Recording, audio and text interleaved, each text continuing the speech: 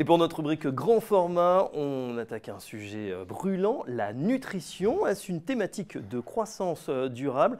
On va en parler avec Pierre Valentin et Olivier Ken. Mais tout d'abord, cette question, la nutrition, qu'est-ce que c'est? C'est un énorme marché. Bon, bien sûr, d'abord avec l'alimentation humaine, c'est 5 000 milliards de dollars. L'alimentation animale, c'est évidemment plus petit, c'est 370 milliards.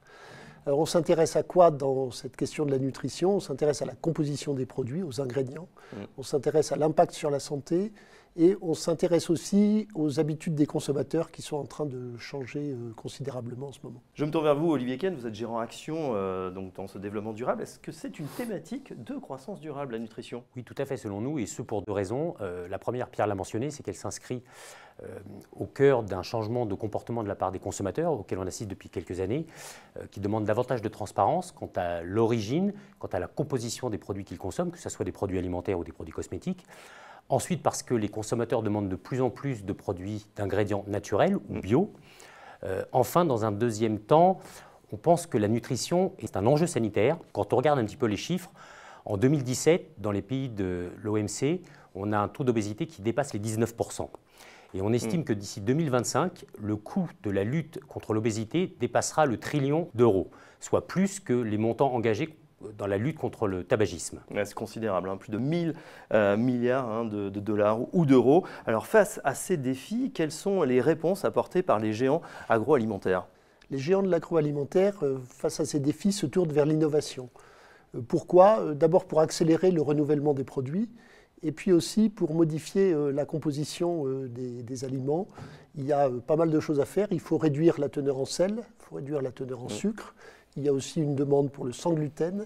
Et puis enfin, il y a une forte demande pour remplacer des produits d'origine chimique par des produits d'origine naturelle dans les aliments.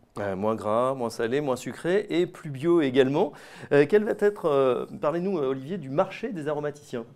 Tout d'abord, les aromaticiens sont les sociétés qui élaborent le goût, les parfums et la texture des produits qu'on consomme, encore une fois alimentaires ou cosmétiques.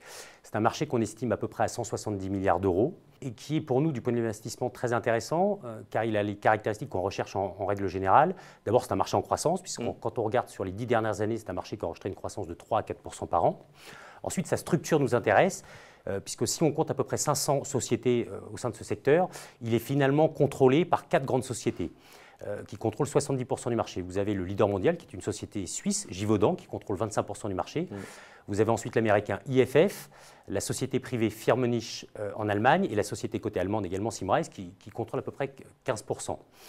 C'est ensuite un marché intéressant parce qu'il y a de très fortes barrières à l'entrée. La principale, Pierre le mentionnait, c'est l'innovation. On parle énormément d'innovation, les géants de l'agro ont besoin d'innovation. Il faut savoir que ces sociétés dépensent environ 8% de leur chiffre d'affaires en R&D. Une société comme Danone ou Unilever dépense 2 à 3%. Enfin, ces sociétés disposent d'un fort pricing power, tout simplement parce que dans la structure d'un produit, les ingrédients représentent entre 1 et 3%. En revanche, ils sont déterminants dans la décision d'achat et surtout de rachat de la part du consommateur. Donc un secteur en croissance avec de fortes barrières à l'entrée et des rentabilités élevées. Alors pratiquement, comment investissez-vous sur cette thématique? Est-ce que vous avez des exemples?